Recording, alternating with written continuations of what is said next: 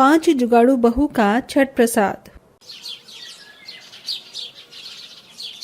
बहुओं, कहाँ जा रही हो? माँ जी, वो अभी कुछ दिनों बाद छठ पूजा है ना, तो बस उसी के प्रसाद के लिए ठेकुआ खरीदने जा रहे थे। 200-250 रुपये जोड़ लिए हैं हमने। देखते हैं इतने पैसों में कैसा ठेकुआ मिलता है। ठीक है बहू, ध्यान से जाना। वैसे मुझे कुछ काम था। क्या काम था माँ जी? वो हमारी दीवार है ना पीछे वाली, उसमें से कुछ ईंट गायब हो गई हैं। मौसम भी बदलाव पर है तो रात को ठंडी हवाएं बाहर से अंदर आती है। माँ जी, इस चीज का इलाज तो हमने कर दिया है। अरे बहू, हर बार बस 2-4 ईंट ही फंसा देते हैं हम उस जगह में, और सुबह को जब बच्चे खेलने आते हैं तो वो उन ईंटों को निकाल देते हैं। अब ये काम चलाओ जुगाड़ नहीं, कोई पक्का ही काम कर देती। माँ जी, अब की बार हमने कोई काम चलाओ काम नहीं किया है। हमने उस जगह को मिट्टी से लेपा है। अब देखना, जैसे जैसे दीवार सूखेगी वैसे वैसे ही हमारी दीवार पक्की हो जाएगी और फिर ठंडी हवाएं भी अंदर नहीं आएंगी। अरे वाह, ये जुगाड़ किसके दिमाग में आया था? आपकी होनहार बहू के दिमाग में। गीता की बात सुनकर सभी बहुएं हंसने लगीं और फिर उर्मिला और राधिका दोनों ठेकुआ सांचा खरीदने को बाजार में आ गईं। छठ पूजा करीब थी और बाजार में जगह जगह ठेकुआ बनाने के लिए ठेकुआ सांचा मिल रहा था। दोनों अभी बाजार में घूम ही रही थी कि तभी उन्हें अपने मोहल्ले की 3 औरतें दिखाई दी। अरे उर्मिला और राधिका, दोनों कहाँ जा रही हो? कैसी हो पांडे जी? मैं तो अच्छी हूँ, तुम बताओ कि तुम कैसी हो? हम भी अच्छे हैं। अरे छठ पूजा करीब है, बाजार में इतना सामान मिल रहा है और तुम दोनों के ही हाथ खाली है। छठ पूजा नहीं करनी है? हाँ, वो करनी है ना। बस हम दोनों अभी अभी बाजार ही आए थे, ठेकुआ साचा खरीदना है। अरे अगर ठेकुआ चाहिए तो तुम बिल्कुल सही जगह आई हो। हमने भी अभी अभी ही ठेकुआ साचा खरीदा है। इस दुकान पर एक से एक डिजाइन है ठेकुआ साचा मिल रहे हैं, तुम भी यहीं से ले लो। अच्छा, ऐसा क्या? ठीक है भैया, जरा मीडियम साइज का ठेकुआ साचा दिखाना। दुकानदार ने उर्मिला के बोलने पर ठेकुआ दिखाना शुरू कर दिया। लकड़ी से बने हुए ठेकुआ सांचा बहुत ही अच्छे लग रहे थे। दोनों बहुओं को एक पत्ते के डिजाइन वाला सांचा पसंद आ गया। उर्मिला, ये वाला ठेकुआ साचा अच्छा है, साइज वगैरह भी सही है। भैया, ये वाला कितने का है? ये वाला 550 का है। 550? ये तो बहुत ज्यादा है भाई साहब। अरे आज के महंगाई के दौर में आपको ये 550 में दे रहा हूँ और आपको ये ज्यादा लग रहे हैं। मैडम, अगर ये ज्यादा है तो आप मुझे बताएं कि आपका बजट कितना है। बजट तो यही करीब 20, 100, 200, 250 तक है। राधिका की बात सुनकर वहां खड़ी हुई उसकी पड़ोसने और दुकानदार हंसने लगे। उर्मिला और राधिका का मुंह लाल हो गया और दुकानदार हंसने के बाद बोला, मैडम, कैसा मजाक करते हो? अरे 2 या 250 से कुछ भी नहीं होता। इतने पैसे तो बच्चे मांग लेते हैं। मैडम, इतने में तो बढ़ई लकड़ी भी काटने से इनकार कर देता है। जाओ, यहाँ आपको कुछ नहीं मिलेगा। दुकानदार ने उनकी बेइज्जती करके दोनों गरीब बहुओं को वहां से भगा दिया। उनकी पड़ोसने उन पर हंसने लगी और उनकी बेइज्जती करने लगी। दोनों गरीब बहुओं को ये सब बातें बहुत ज्यादा फील हुई और उन्होंने एक भी मिनट जाया किए बिना अपने घर का रुख कर लिया। क्या हुआ बहुओं, ठेकुआ लाई क्यों नहीं? माँ जी, इस दुनिया के बाजार बस अमीरों के लिए ही हैं। बेकार है यहाँ अपनी खुशी के लिए कम पैसे लेकर निकलना। ये दुनिया गरीबों का बस मजाक ही बनाती है। किसी ने कुछ कहा क्या? मुझे बताओ। किसी ने नहीं माँ जी, ये पूछिए कि किसने क्या कहा। सभी हमारे ऊपर हंस रहे थे जब हमने 200 रुपए का नाम लिया तो। अरे सिर्फ लकड़ी के तख्ते जोड़कर जरा सी कारीगरी क्या कर दी, एक ठेकुआ के ही 550 मांग रहा था। हे भगवान, 550 में एक ठेकुआ, कितनी महंगाई है। ठीक कहा माँ जी, बहुत महंगाई है। अरे ऐसा ठेकुआ तो हम फ्री बराबर घर में बना दें। उर्मिला ने गायब दिमागी से ये बात बोली, लेकिन उसकी इस बात से घर की बाकी बहुओं को आइडिया आ गया और राधा उन सभी से बोली, ठीक कहा उर्मिला ने। जब हम जैसी 5-5 जुगाड़ों बहू साथ में हैं, तो क्यों हम दुनिया वालों की बातों से खुद को नीचा महसूस करें और इतने पैसे भी खर्च करें। हम घर में लकड़ी लाकर ठेकुआ बनाएंगे, जो देखना बाजार वाले ठेकुआ से भी अच्छा होगा। राधा की बात से उर्मिला भी खुश सी हो गई। बस फिर क्या था, अगले ही दिन 5 बहुएं मिलकर जंगल गईं, जहां उन्हें चंदन की लकड़ी मिल गई।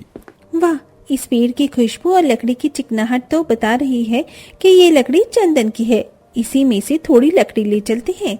पांचों बहुओं पर जो औजार थे उन्हीं से उन्होंने लकड़ी को बड़ी ही मुश्किलों से काटा और फिर उसे घर लाकर अच्छे से फाड़ कर उससे ठेकुआ बनाया। ठेकुआ में उन्होंने पत्ते वाला डिजाइन बनाया था। आगे की तरफ हैंडल था और वो ठेकुआ तो बाजार वाले से भी अच्छा और बड़ा था। अरे वाह, वक्त रहते हमारा जुगाड़ का काम कर गया। भाभी, अब इस ठेकुए पर हम बहुत सारा ठेकुआ प्रसाद बनाएंगे और छठ पूजा बनाएंगे। सही कहा, लेकिन हमारे पास प्रसाद का तो कोई सामान ही नहीं है। छठ पूजा में भी बस अब 2 ही दिन तो रह गए हैं। अब हम क्या करें? किसी भी चीज में परेशान नहीं होना चाहिए, बल्कि जुगाड़ करना चाहिए। अब जब छठ पूजा का मन बनाया है तो कोई ना कोई जुगाड़ भी हो ही जाएगा। वैसे मैं सोच रही थी क्यों ना अभी से हम अपना आटे और चावल का खर्च बंद कर दें। इससे ये होगा कि छठ पूजा पर यही बचाया हुआ आटा और चावल काम में आ जाएगा। सही कह रही हो भाभी, अभी हम बस लाल चाय और पतली दाल वगैरह से काम चला लेंगे। सभी को सीता का आइडिया पसंद आ गया। बस फिर क्या था, उन सभी ने अपना आटा और चावल बंद करके बस दाल पर गुजारा करना शुरू कर दिया।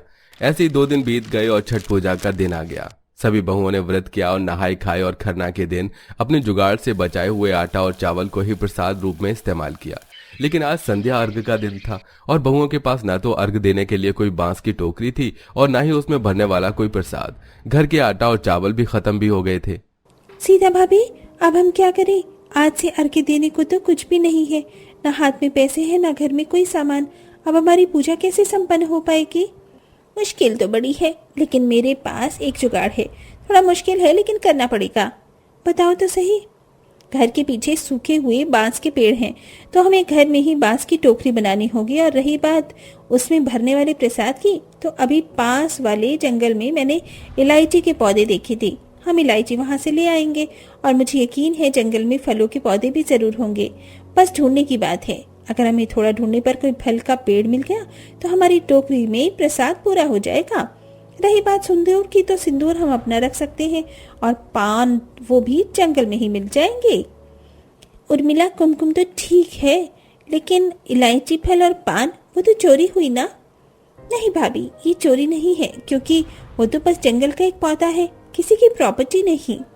उर्मिला की बात से सभी बहुओं की टेंशन हल्की हो गई, लेकिन एक टेंशन अभी भी बाकी थी और वो थी नए कपड़े पहनने की। चलो, प्रसाद का तो जुगाड़ हो गया इस तरह अब, लेकिन नए कपड़ों का क्या होगा? छठ पूजा पर पुराने कपड़े नहीं पहनते हैं।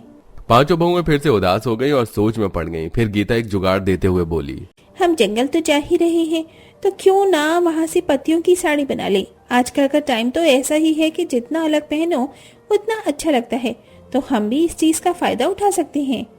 सही कहती हो भाभी, इस तरह हमारे पास पहनने को नए कपड़े भी आ जाएंगे और कोई कर्जा भी नहीं होगा। सभी को गीता का जुगाड़ भी पसंद आ गया। बस फिर क्या था, उसी वक्त सभी जंगल में आ गईं। जंगल की एक छोटी सी जगह में इलायची के पौधे आ रहे थे। पांचों बहुएं वो इलायची ले आईं। फिर उन्होंने जंगल में और भटक कर देखा और उन्हें केला और जामुन वगैरह के पेड़ मिल गए, जहां से उन्होंने अपनी टोकरी में डालने को फल भी ले लिए और जंगल से ही उन्होंने पान वगैरह के पौधे से पान भी लिए। फिर वो सभी घर आई और बांस की टोकरी बनाई। इन्हीं सब जुगाड़ों में उन्हें सुबह से शाम हो गई। वो पत्तियां भी लाई थीं जिनसे उन्होंने साड़ी बनाई। ऐसे ही उनका प्रसाद और कपड़े तैयार हो गए और शाम को वो सभी नदी किनारे पहुंच गईं, जहां पर उन्होंने सूर्य देव की पूजा करके अर्घ दिया। पांचों बहुओं को पूजा करते देख आसपास की औरतें चिढ़ने लगीं, क्योंकि ये उनके चेहरे पर करारे तमाचे से कम नहीं था। अरे, तुमने कैसे पूजा की? छठ पूजा तो पैसे मांगती है। इस टोकरी में कुछ है भी या बस दिखावे के लिए ले आई हो? जी हाँ, है ना, सारा प्रसाद है। लेकिन हम आपको क्यों बता रहे हैं? जो लोग दिखावे वाली पूजा करते हैं उन्हें तो टोकरी भी छुपा छुपा भरी हुई देखना अच्छा लगता है, लेकिन हमारी टोकरियाँ छोटी हैं। पर हमें दुख नहीं है, क्योंकि हमारी श्रद्धा बड़ी है। राधा की बात पर वो औरत कुछ नहीं बोल पाई और मुंह दिखाकर वापस लौट आई। ऐसे ही उन सभी ने अर्घ दिया और अगली सुबह वहीं नदी किनारे आकर उन्होंने जुगाड़ से संतरों से निचोड़े हुए जूस से अपना व्रत खोला। पांचों बहुओं का हर कदम जुगाड़ भरा था और व्रत को खोलने के बाद उन्हें किसी जंग में जीत जाने से कम महसूस नहीं हो रहा था। उन्होंने मुश्किलों और श्रद्धा के साथ छठ का पर्व किया, जिसका उन्हें फल भी मिला। उनके पतियों का काम मिल गया, जिसकी वजह से उनके घर के हालात सुधर गए और सभी खुशी खुशी रहने लगे। तो दोस्तों, क्या आपने भी कभी जुगाड़ लगाकर कोई त्योहार मनाया है? कमेंट करके अपना जवाब जरूर दें।